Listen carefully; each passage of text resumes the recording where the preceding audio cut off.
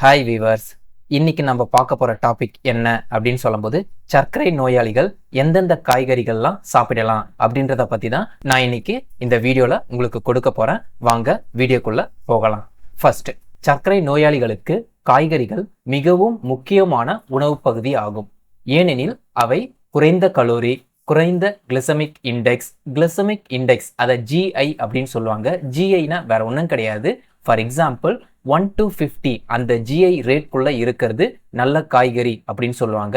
51 to 69 or 70 அந்த ரேஞ்சில் இருக்கிற காய்கறிகள் வந்து மீடியமா அந்த காய்கறிகளை சாப்பிடலாம் அப்படின்னு சொல்றாங்க. 70க்கு மேல ஜிஐ ரேட் இருக்கு அப்படின்னு சொல்லும் போது அந்த காய்கறிகளை சர்க்கரை நோயாளிகள் உள்ள எல்லாருமே அதை அவாய்ட் பண்றது நல்லது. அதுக்கு அடுத்தது காய்கறிகள்ல என்னென்னலாம் இருக்கு அப்படின்னு சொல்லும்போது அதிக நார்ச்சத்துக்கள் வந்து இருக்கு.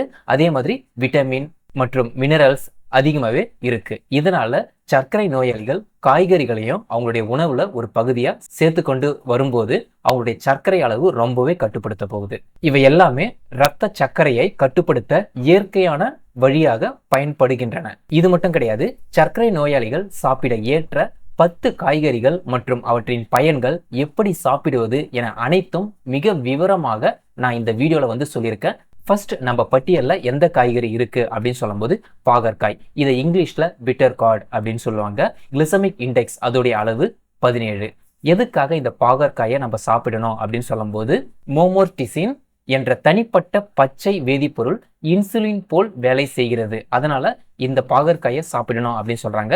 இது மட்டும் கிடையாது, இரத்த சர்க்கரையை குறைக்கவும் இது உதவி செய்கிறது. பக்க விளைவுகள் இல்லாத இயற்கை சர்க்கரை கட்டுப்பாட்டு மருந்தாகவும் இந்த பாகற்காய் வந்து செயல்படுது. இந்த பாகற்காயை எப்படிலாம் சாப்பிடலாம் அப்படின்னு சொல்லும்போது வதக்கல் முறையில் அப்படியும் சமைக்கலாம், குழம்பு வச்சும் சாப்பிடலாம். அடுத்தது ஜூஸ் போட்டும் இந்த பாகற்காயை நம்ம அன்றாட உணவுல சேர்த்து கொள்ளலாம். எப்படிலாம் இந்த பாகற்காயை சாப்பிடக்கூடாது அப்படின்னு சொல்லும்போது காரம், எண்ணெய் அதிகமாக சேர்த்து இந்த பாகற்காயை சமைக்கவே கூடாது. இப்படி நம்ம செய்யறதுனால அதோடைய கிளைசமிக் இண்டெக்ஸ் அதோடைய அளவு அதிகமாக போகுது. நம்ம பட்டியல்ல 2வது இடத்துல எந்த காய்கறி இருக்கு அப்படின்னு சொல்லும்போது முருங்கைக்காய். இதை இங்கிலீஷ்ல ட்ரம்ஸ்டிக் அப்படின்னு சொல்லுவாங்க. இதோடைய கிளைசமிக் இண்டெக்ஸ் அதோடைய அளவு 28. எதுக்காக இந்த முருங்கைக்காய் சாப்பிடணும் அப்படின்னு சொல்லும் போது இதுல நார்ச்சத்து அதிகமாவே இருக்கு. அது மட்டும் கிடையாது, இரத்த சர்க்கரையை உறிஞ்சும் வேகத்தை மெதுவாக்குறதுக்கும் இந்த முருங்கைக்காய் யூஸா இருக்கு.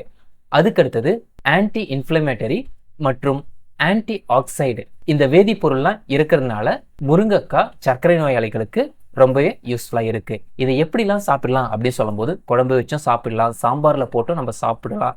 அதே மாதிரி அவிச்சு தேங்காய் அதுல தூவி அது மாதிரியும் சாப்பிட்டு வர சர்க்கரை நோயாளிகளுக்கு ரொம்பவே யூஸ்ஃபுல்லா இருக்கும். நம்ம பட்டியல்ல 3வது இடத்துல எந்த காய்கறி இருக்கு அப்படின்னு சொல்லும்போது கத்திரிக்காய். இதை வந்து இங்கிலீஷ்ல பிரிஞ்சால் அப்படின்னு சொல்லுவாங்க. இதோடைய கிளைசமிக் இண்டெக்ஸ் அளவு எவ்வளவு இருக்கு அப்படின்னு சொல்லும்போது 15. எதுக்காக இந்த கத்திரிக்காயை சாப்பிடணும் அப்படின்னு சொல்லும்போது கார்போஹைட்ரேட் ரொம்ப கம்மியா இதுல இருக்கு, நார்ச்சத்துவம் இதுல ரொம்பவே அதிகமா இருக்கு. அது மட்டும் கிடையாது, ரத்தத்தில் உள்ள குளுக்கோஸை மெதுவாக உள்வாங்குகிறது. இதனால சர்க்கரை நோயாளிகள் தாராளமா கத்திரிக்காயை அவங்க சாப்பிடலாம். இதை எப்படிலாம் சாப்பிடலாம் அப்படின்னு சொல்லும்போது வதக்கி சாப்பிடலாம், அதே மாதிரி கூட்டு வச்சு சாப்பிடலாம். ஆனா எதை நீங்க தவிர்க்கணும் அப்படின்னு சொல்லும் போது சமைக்கும் போது எண்ணெய் அதிகமா யூஸ் பண்ணி நம்ம இந்த கத்திரிக்காயை வந்து சமைக்க கூடாது. அப்படி நம்ம அதிகமா யூஸ் பண்ணும்போது அதோடைய கிளைசமிக் இண்டெக்ஸ் அளவு அதிகரிக்கும். அதனால சர்க்கரை நோயாளிகளுக்கு பாதிப்பாகவும் அமைஞ்சிடும். நம்ம பட்டியல்ல 4வது எந்த காய் இருக்கு அப்படின்னு சொல்லும்போது சுரைக்காய். இதை வந்து இங்கிலீஷ்ல பாட்டில் கார்ட் அப்படின்னு சொல்லுவாங்க. இதோடைய ஜிஐ அளவு எவ்வளவு இருக்கு அப்படின்னு சொல்லும்போது 15ல இருந்து 20 அந்த ரேஞ்சில் வந்து இருக்கு. எதுக்காக இந்த சுரைக்காயை வந்து நம்ம சாப்பிடணும் அப்படின்னு சொல்லும்போது நீர்ச்சத்து ரொம்பவே அதிகமாகவே இருக்கு. நெக்ஸ்ட் வந்து வயிற்றுப்போக்கை கட்டுப்படுத்துவதற்கும் இந்த சுரைக்காயை நம்ம பயன்படுத்தலாம். அது மட்டும் கிடையாது, சர்க்கரையை நிலையாக சமநிலையில் வைக்கவும் இந்த சுரைக்காய் வந்து பயன்படுது. இந்த சுரைக்காய் எப்படி நம்ம சாப்பிடலாம் அப்படின்னு சொல்லும்போது கூட்டு, சாம்பார் அவித்து கொண்டு அதுல தயிர் சேர்த்தும் நம்ம இந்த சுரைக்காயை சாப்பிட்டு வரலாம். நம்ம பட்டியல்ல 5வதா எந்த காய் இருக்கு அப்படின்னு சொல்லும்போது பீர்க்கங்காய். இதை வந்து இங்கிலீஷ்ல ரிட்ஜ் கார்ட் அப்படின்னு சொல்லுவாங்க. இதோடைய கிளைசமிக் இண்டெக்ஸ் அளவு எவ்வளவு இருக்கு அப்படின்னு சொல்லும்போது 15ல இருந்து 20 இருக்கு. எதுக்காக இந்த பீர்க்கங்காயை சர்க்கரை நோயாளிகள் எல்லாம் சாப்பிடணும் அப்படின்னு சொல்றேன் அப்படின்னு சொல்லும்போது இதுல ரொம்பவே கம்மியான கலோரிகள் தான் இருக்கு. அதை தவிர பக்க விளைவுகள் இல்லாத சர்க்கரை கட்டுப்பாட்டு காய்கறியாகவும் இந்த பீர்க்கங்காய் வந்து செயல்படுது. இதை எப்படி எல்லாம் சாப்பிடலாம் அப்படின்னு சொல்லும்போது பருப்பு கூட்டு, பொரியல், துவையல் இந்த டைப்ல எல்லாம் நம்ம பீர்க்கங்காயை சாப்பிடலாம். இதுலயும் நம்ம எண்ணெயோட அளவை ரொம்ப சேர்த்துக்க கூடாது. அப்படி சேர்க்கறதுனால ஜிஐயோட அளவு அதிகமாக போகுது. அடுத்தது நம்ம பட்டியல்ல 6வதா எந்த காய்கறி இருக்கு அப்படின்னு சொல்லும்போது முள்ளங்கி. இதை வந்து ரேடிஷ் அப்படின்னு சொல்லுவாங்க. இதோடைய ஜிஐ அளவு எவ்வளவு இருக்கு அப்படின்னு சொல்லும்போது சுமார் 15 அந்த ரேஞ்சில் வந்து இருக்கு. எதுக்காக நம்ம இந்த முள்ளங்கி சாப்பிடணும் அப்படின்னு சொல்லும்போது இயற்கையான இன்சுலின் செயல்பாட்டை இது தூண்டுகிறது. செரிமானத்துக்கும் இது ரொம்பவே யூஸ்ஃபுல்லா இருக்கு. நெக்ஸ்ட், நீரிழிவு மற்றும் ரத்த அழுத்தம் இரண்டுக்குமே இந்த முள்ளங்கி வந்து ரொம்ப பயனுள்ளதாகவே இருக்கு. இதை எப்படி எல்லாம் சாப்பிடலாம் அப்படின்னு சொல்லும்போது பருப்பு, கூட்டு, சாம்பார், அதோடைய இலைகள் எல்லாம் கீரை வச்சு சாப்பிடலாம். இந்த டைப்ல எல்லாம் இந்த முள்ளங்கியை வந்து நீங்க தாராளமாகவே சாப்பிடலாம். நம்ம பட்டியல்ல 7வதா எந்த காய்கறி இருக்கு அப்படின்னு சொல்லும்போது கோஸ். இதை வந்து கேபேஜ் அப்படின்னு சொல்லுவாங்க. இதோடைய கிளிசமிக் இண்டெக்ஸ் 10 ரொம்பவே கம்மி தான். எதுக்காக இந்த கோஸ் சர்க்கரை நோயாளிகள் எல்லாம் சாப்பிடணும் அப்படின்னு சொல்ல வரேன் அப்படின்னு சொல்லும்போது கார்போஹைட்ரேட் அந்த ரேஞ்ச் இதுல ரொம்பவே கம்மியா இருக்கு. ஆன்டி ஆக்சிடென்ட் மற்றும் ஃபைபர் இந்த 2 ஊட்டச்சத்துமே இதுல அதிகமாகவே இருக்கு. நெக்ஸ்ட் வந்து ரத்த சர்க்கரையை அதிகப்படுத்தாமல் இருக்கவும் இது உதவி செய்கிறது. இதை எப்படி எல்லாம் சாப்பிடலாம் அப்படின்னு சொல்லும்போது வதக்கல், கூட்டு, அதுக்கு அடுத்தது வந்து சாலட் இந்த டைப்ல எல்லாம் இதை செஞ்சு நம்ம சாப்பிடலாம். நம்ம பட்டியல்ல 8வதா எந்த காய்கறி இருக்கு அப்படின்னு சொல்லும்போது பூசணிக்காய். இதை வந்து ஆஷ்கார்ட் அப்படின்னு சொல்லுவாங்க. இதோடைய கிளிசமிக் இண்டெக்ஸ் 15ல இருந்து 20 தான். இதை எதுக்காக நம்ம சாப்பிடணும் அப்படின்னு சொல்லும்போது சர்க்கரை மற்றும் கொழுப்பை குறைக்கிறதுக்கு இது ரொம்பவே யூஸ்ஃபுல்லா இருக்கு. உடலை ரொம்ப குளிர்ச்சியா வச்சுக்கிறதுக்கும் இந்த பூசணிக்காய் நம்மளுக்கு யூஸ்ஃபுல்லா இருக்கு. இந்த பூசணிக்காவை நம்ம எப்படியெல்லாம் சாப்பிடலாம் அப்படின்னு சொல்லும்போது கூட்டு வச்சும் சாப்பிடலாம், மோர் குழம்பு வச்சும் சாப்பிடலாம், இல்ல சூப் மாதிரி வச்சும் நம்ம இந்த பூசணிக்காவை வந்து சாப்பிடலாம். நம்ம பட்டியல்ல 9வது இடத்துல எந்த காய்கறி இருக்கு அப்படின்னு சொல்லும்போது கேரட். இதோடைய கிளிசமிக் இண்டெக்ஸ் 35ல இருந்து 40. இதை ஏன் நம்ம சாப்பிடணும் அப்படின்னு சொல்லும்போது இதுல விட்டமின் ஏ அதிகமாவே இருக்கு. அது மட்டும் கிடையாது, நார்ச்சத்தும் இதுல அதிகமாவே இருக்கு. அதை தவிர ரத்த சர்க்கரையை கட்டுப்படுத்துறதுக்கான எல்லா தாது பொருளும் இதுல வந்து இருக்கு. அதுக்கு அடுத்தது சிறுநீரக பிரச்சனை இருக்கவங்களும் இந்த கேரட்டை தாராளமாகவே சாப்பிடலாம். இதை எப்படி எல்லாம் சாப்பிடலாம் அப்படின்னு சொல்லும்போது பச்சையாகவும் சேலட் மாதிரி செஞ்சும் சாப்பிடலாம். வேக வச்சு அதையும் நம்ம சாப்பிட்டு வரத்துக்கும் ரொம்பவே யூஸ்ஃபுல்லா இருக்கும். நம்ம பட்டியல்ல 10வதா எந்த காய்கறி இருக்கு அப்படின்னு சொல்லும்போது பீன்ஸ் வகைகள். இது எல்லாமே சர்க்கரை நோயாளிகள் தாராளமாகவே சாப்பிடலாம். இதோடைய கிளிசமிக் இண்டெக்ஸ் ரேஞ்ச் எவ்வளவு இருக்கு அப்படின்னு சொல்லும்போது 30ல இருந்து 40 அந்த ரேஞ்சில் இருக்கு. எதுக்காக நம்ம பீன்ஸை சாப்பிடணும் அப்படின்னு சொல்லும்போது நார்ச்சத்து மற்றும் புரோட்டீன் அது அதிகமாகவே இந்த பீன்ஸ்ல வந்து இருக்கு.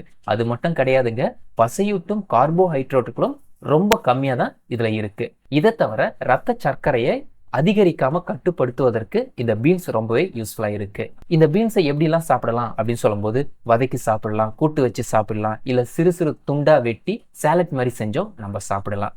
இப்போ எந்தெந்த காய்கறிகள் எல்லாம் சர்க்கரை நோயாளிகள் சாப்பிடக்கூடாது அப்படின்ட்டு நான் அந்த டீட்டெயில் வந்து கொடுக்குறேன். ஃபர்ஸ்ட் வந்து உருளைக்கிழங்கு. உருளைக்கிழங்கை நீங்க ஏன் சாப்பிடக்கூடாது அப்படின்னு சொல்லும்போது அதுல கிளிசமிக் இண்டெக்ஸ் அதோடைய ரேஞ்ச் வந்து 70க்கு மேல இருக்கு. அது தவிர கார்ன் அந்த பொருளும் இதுல அதிகமாகவே இருக்கு. நெக்ஸ்ட் வந்து சர்க்கரை வள்ளி கிழங்கு, ஸ்வீட் பொட்டேட்டோ அப்படின்னு சொல்லுவாங்க. நேம்லயே இருக்கு சர்க்கரை, அதனால சர்க்கரை நோயாளிகள் இதை அவாய்ட் பண்றது ரொம்பவே நல்லது. நெக்ஸ்ட் வந்து கார்ன், மக்காச்சோளம் அப்படின்னு சொல்லுவாங்க. இதுல ஜிஐ அதோடைய அளவு ரொம்பவே அதிகமா இருக்கு. இதையும் தவிர்த்துடுங்க. இது கூட எந்த காய்கறி நீங்க தவிர்க்கணும் அப்படின்னு சொல்லும் போது கருணக்கிழங்கு, சேனைக்கிழங்கு அந்த கிழங்கெல்லாம் நீங்க சாப்பிட்றத அவாய்ட் பண்ணிடணும். எதுக்காக நான் சொல்றேன் அப்படின்னு சொல்லும்போது கார்போஹைட்ரேட் இந்த கருணக்கிழங்கு, சேனைக்கிழங்குல ரொம்பவே அதிகமா இருக்கு. அது உங்களுடைய சர்க்கரையுடைய அளவை ரொம்பவே அதிகப்படுத்திடும். இந்த காய்கறிகள் எல்லாத்தையும் நீங்க தவிர்க்கிறது ரொம்பவே நல்லது. அடுத்தது ஒரு முக்கியமான குறிப்பு வந்து நான் இந்த இடத்துல சொல்றேன். இப்ப நான் மேல சொன்ன 10 காய்கறிகளுமே ரொம்ப அதிகமான அளவுல நீங்க எடுத்துக்க கூடாது. ஒவ்வொரு காய்கறிகளையும் நீங்க மீடியமான ரேஞ்சில எடுத்துக்கிட்டாதான் அதுல இருந்து பயன் உங்களுக்கு அதிகமா கிடைக்கும். ஒரு பழமொழி வந்து சொல்லுவாங்க, அளவுக்கு மிஞ்சினால் அமிர்தமும் நஞ்சு, அது மாதிரின்ட்டு. அதனால இந்த காய்கறிகளை எல்லாத்தையும் நீங்க அளவா எடுத்து அதுல இருந்து பயன் பெறணும் அப்படின்னு நான் உங்களை வேண்டி கேட்டுக்கிறேன். நெக்ஸ்ட் வந்து இந்த காய்கறி எல்லாம் நீங்க செய்யும் போது எண்ணெயை ரொம்ப பயன்படுத்தாதீங்க. அதே மாதிரி உப்பு, மசாலா இதையெல்லாம் ரொம்ப பயன்படுத்தாம நார்மல் ரேஞ்சில் பயன்படுத்தி இதுல இருக்கிற ஃபுல் ஊட்டச்சத்தையும் நீங்க எடுத்துக்கிற மாதிரி பாருங்க. அதுக்கு அடுத்தது இந்த காய்கறிகள் கூட புளி சேர்த்து நீங்க சமைக்க கூடாது. ஏன் அப்படின்னு சொல்லும் போது நீங்க புளி சேர்க்கும் போது அதுல இருக்கிற சிட்ரிக் ஆசிட் இந்த காய்கறியோட ஜிஐ அளவை ரொம்பவே இன்க்ரீஸ் பண்ணிடும்.